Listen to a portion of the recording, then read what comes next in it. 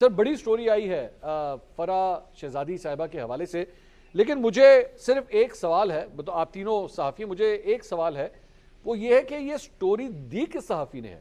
اس کا جرنلسٹ کون ہے جو اس سٹوری کو اون کرے گا؟ دیکھیے، میں سمجھتا ہوں کہ یہ جو تحقیقات ہو رہی ہیں فرح گوگی کے حوالے سے، یا جو ایف آئی اے تحقیقات کر رہی ہے، یہ وہ سٹوری ہے جو ان ذرائع سے منظر عام پر آئی ہے۔ اچھا، اب فرح گوگی کے حوالے سے یہ چیزیں تقریباً پہلے بھی منظر عام پر آ چکی ہیں۔ ٹھیک، اس میں کچھ چیزوں کا آپ اضافہ سمجھ لیں، باقی کوئی ایسی چیز نئی نہیں ہے جو سامنے آ جائی ہو۔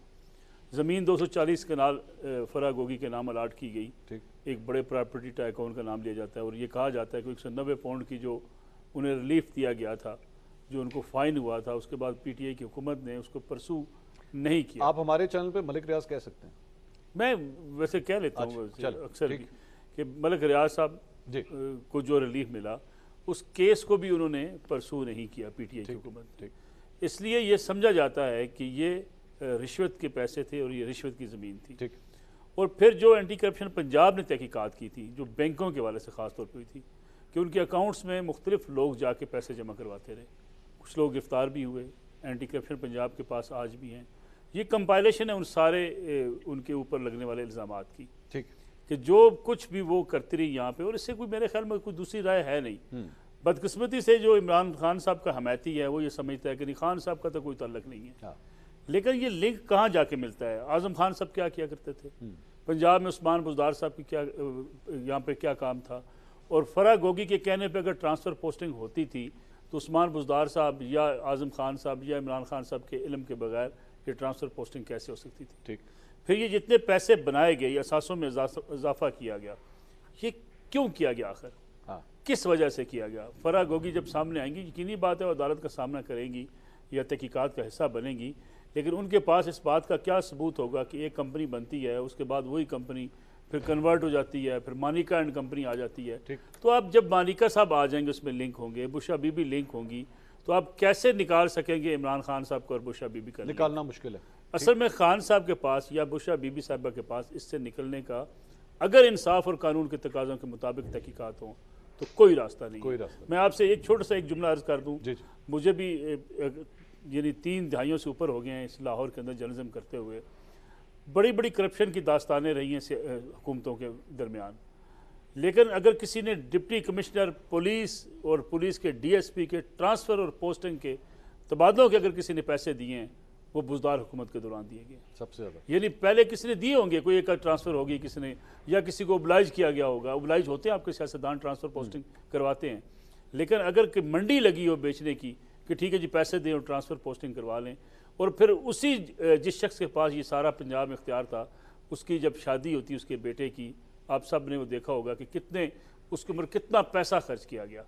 تو یہ ثبوت سارے خان صاحب سلامی کی بھی بات ہوئی تھی، سلامی کی بات ہوئی، یہ سارے ثبوت خان صاحب کو نہ صرف آج کے آرمی چیف نے دیے تھے، بلکہ اس وقت بھی خان صاحب کو یہ اطلاعات دی جاتی تھی۔ میں ان پنجاب کے ان صوبائی وزراء سے واقف ہوں جو پوری فائل بنا کر لے کر گئے۔ انہوں نے فائل عمران خان صاحب کے سامنے رکھی کہ سر یہ کرپشن ہو رہی ہے پنجاب کے اندر، ہمارے محکموں میں ہو رہی ہے۔ آپ بتائیں مجھے، 5 ہائر ایجوکیشن کے سیکٹری تبدیل کیے گئے، 5۔ یہ مسلسل تبدیل کیوں ہوتے رہے؟ جہاں سے پیسے نہیں بنتے تھے وہاں سے تبادلہ کر دیا جاتا تھا، اور پھر وہ وزراء گئے عمران خان صاحب کے پاس، عمران خان صاحب نے وہ نہ صرف ان وزراء سے وہ ڈاکومنٹس لیے، بلکہ وہ ڈاکومنٹس دیے بزدار صاحب کو، اور بزدار صاحب نے ان اراکین اسمبلی کو، ان وزراء کو بلا کے کہا آپ یہ پیپر دے کر آئے ہیں۔ مجھے اجازت دیجیے گا مطیع اللہ جان صاحب، یہ بہت بڑا سکینڈل ہے سر، یہ تو ہزاروں کی تعداد سے بتایا گیا کہ اثاثے بڑھ گئے ایک ہی سال کے اندر، اور بہت بڑی بریکنگ نیوز ہے یہ، آج دن بھر پاکستانی میڈیا کی زینت بنی رہی۔ میں نے سوال میرا دوبارہ وہی ہے کہ ہمیں یہ کھوج لگانے کی ضرورت ہے کہ وہ کون سا صحافی ہے جس نے ایکچولی یہ خبر بریک کی ہے۔ ہم اس کی ایکچولی ایک ٹائم لائن نکال رہے تھے، تو تھوڑا سا ہمیں جو تھوڑا سا جیسے کہتے ہیں نا منی ٹریل، تو ہم نے خبر ٹریل نکالنے کی کوشش کی تھوڑی سی، ہماری ٹیم نے، میں نے ڈیوٹی لگائی۔ 12:59 پہ سب سے پہلے غریدہ فاروقی صاحبہ نے اس خبر کو ٹویٹ کیا، اور انہوں نے کہا یہ ایک ایکسکلوسیو نیوز آ رہی ہے فرح گوگی کے حوالے سے، اور تقریباً پھر 1:10 منٹ 1:06 منٹ 1:08 سے جو ہے فوراً مختلف چینلز کے اوپر بھی یہ خبر آ گئی۔ یہ اب ہمیں اس جرنلسٹ کو ڈھونڈنے کی ضرورت ہے کیونکہ اس کے پاس بہت بڑے انکشافات ہوں گے, یہ ڈاکیومنٹس ہوں گے. یہ میں صبح دوپہر سے ڈھونڈنے کی کوشش کر رہا ہوں, مجھے وہ صحافی نہیں مل رہا. دیکھیں آپ کو آنے والے دنوں میں شاید اینکر بھی نہ ملے, کیونکہ اینکر کی بھی ضرورت نہیں رہے گی. اچھا ایسا نہ کریں. اب ایک جملہ میں اب ان کی طرف جانے سے پہلے کہہ دوں, میں یہی خبر, میں اب آپ کا ٹی وی چینل اور ہے, میں نام نہیں لینا چاہتا, یہی خبر ہم اپنے ٹی وی چینل پہ لاہور کے ہمارے اینٹی کرپشن کے رپورٹر پوری خبر بریک کر چکے ہیں. اچھا, یہ انہوں نے آج اس کو کمپائل کیا گیا ہے. اچھا, یہ سارے میں نے پہلے کہا یہ کمپائلیشن آج کی ہے, لیکن یہ خبر پہلے ساری اینٹی کرپشن کی خبر کی, کتنے اثاثے بنے, کیسے بینک میں پیسے جمع کروائے گئے, کتنے ہر ہفتے کے بعد ایک بندہ بیگ لے کے بینکوں میں گیا پیسے جمع کروانے, وہ فرنٹ مین تو آج بھی اینٹی کرپشن پنجاب کے پاس ہے. ملک صاحب اچھا چلیں پہلے متی بھائی اپنی بات کمپلیٹ کریں, پھر میں آگے چلتا ہوں. جی متی بھائی, یہ بات نہ کیجیے گا, میں آپ کو پہلے بتا رہا ہوں, یہ جو آپ نے کہا ہے نا اینکر کی ضرورت نہ پڑے, نہ اپنے پیٹ پہ لات مارے, نہ ہمارے پیٹ پہ لات مارے. جی گو ہیڈ. بات یہ ہے کہ پہلے تو جو حالات رہے ہیں اس میں ایڈیٹر کا جو ایک ادارہ ہوتا تھا وہ تو ختم ہو گیا, ایڈیٹر کی ضرورت نہیں. اور اب ہم دیکھتے ہیں کہ بہت سی خبریں ایسی چلتی ہیں, اس میں کوئی شک نہیں کہ ہمارے نیوز رپورٹر نے خبر لاہور سے ہی بریک کی ہوگی, اور جیسے نصر اللہ ملک صاحب کہہ رہے ہیں. مگر جو میں نے دیکھا ہے جو دوسرے چند چینل سے, ان پہ بغیر کسی سورس کے یہ خبر بریکنگ نیوز کے طور پہ چلائی گئی. اور نہ صرف یہ کہ بریکنگ نیوز کے طور پہ جو نیوز پریزنٹر تھے انہوں نے یہ چلائی, بلکہ اس کے ساتھ ہی کچھ سیاستدانوں کا بیپر لے لیا. میں تو یہ توقع کر رہا تھا کہ شاید کوئی ہمارے ساتھی رپورٹر ہوں گے, مگر 2-3 ایسے بڑے چینل تھے جنہوں نے وہ خبر اسی طرح چلائی اور سیاستدانوں کا بیپر بھی لے لیا. مگر بہرحال having said this, یہ تو ہمارے میڈیا کے مسائل تو ہیں. اب اصل چیز یہ ہے جو الزامات ہیں جو لگائے جا رہے ہیں فرح گوگی کے حوالے سے, اس میں کوئی شک نہیں کہ یہ پہلے بھی جیسا کہ نصر اللہ ملک صاحب نے کہا یہ الزامات لگائے گئے ہیں, اور اس میں کچھ نئی چیزیں سامنے آئی ہیں. مگر بطور ایک صحافی میرے ذہن میں یہ بات آتی ہے کہ یہ اس وقت اور اس ٹائم پہ کیوں ایسے چیزوں کو دوبارہ سے ہائی لائٹ کرنے کی ضرورت پڑ رہی ہے. مجھے لگتا ہے کہ اب نیب کا جو ادارہ ہے اب تو ویسے بھی وہ بہت زیادہ مستعد ہو چکا ہے اور بہت زیادہ ایفیشینٹ ہو چکا ہے, اور بہت زیادہ جس کو کہنا چاہیے غیر جانبدار اور امپارشل اور پروفیشنل ہو چکا ہے. اب تو ان کے پاس جو انفارمیشن اکٹھی کرنے کے لیے کافی طاقتور اداروں سے طاقتور لوگ بھی آ چکے ہیں. تو اب فرح گوگی کے خلاف جو انفارمیشن آئی ہے یقیناً اس میں کچھ نہ کچھ تو وزن ہوگا. مگر یہ اب چند ہی دنوں میں الیکشن کا شیڈول بھی آ رہا ہے, اور الیکشن کا جب شیڈول آئے گا تو اس وقت الیکشن سمبل ملیں گے پارٹیز کو, ٹکٹوں کے فیصلے ہونے ہیں. تو میرے خیال میں اس طرح کا جو بڑا سکینڈل اب اس وقت سامنے لایا جا رہا ہے یہ کلیئر کٹ میسج بھی ہے بہت سے ان لوگوں کے لیے کہ جو یہ توقع کر رہے تھے کہ وہ فرح گوگی کی جو سیاسی جماعت ہے وہ اس سے ٹکٹ لیں گے.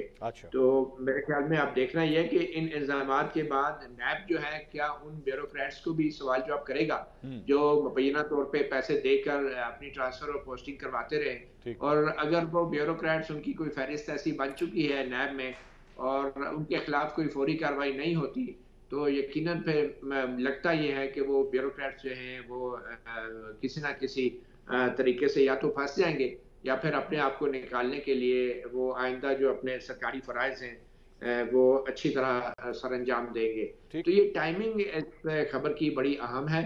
اور باقی جہاں تک میڈیا اور رپورٹر کا تعلق ہے منصور صاحب, میرے خیال میں لوگوں کو اب خبریں چاہیے, لوگوں کو اب صحافی نہیں چاہیے, تجزیہ کار نہیں چاہیے, اور لوگوں کو اب خبریں پڑھنے والے بھی نہیں چاہیے. لوگوں کو تو صرف یہ چاہیے کہ جس طرح 2018 میں لوگ کرپشن کے اسکینڈل سنتے رہے ہیں اس طرح اب بھی سنیں گے. افسوس اس بات کا ہے کہ لوگ اب یقین کرنا چھوڑ دیتے ہیں, اور نہ تو عدلیہ کے فیصلوں پہ لوگ یقین کر رہے ہیں نہ میڈیا کی خبروں پہ یقین کر رہے ہیں, اور یہی نقصان ہے. اور یہی بات سمجھنے کی ہے ان طاقتور حلقوں کے لیے کہ جب آپ عدلیہ اور میڈیا کو استعمال کرتے ہیں تو پھر جو سچی خبریں ہوتی ہیں اور جو جینوئن کرپشن کی خبریں ہوتی ہیں لوگ ان پہ بھی یقین نہیں کرتے.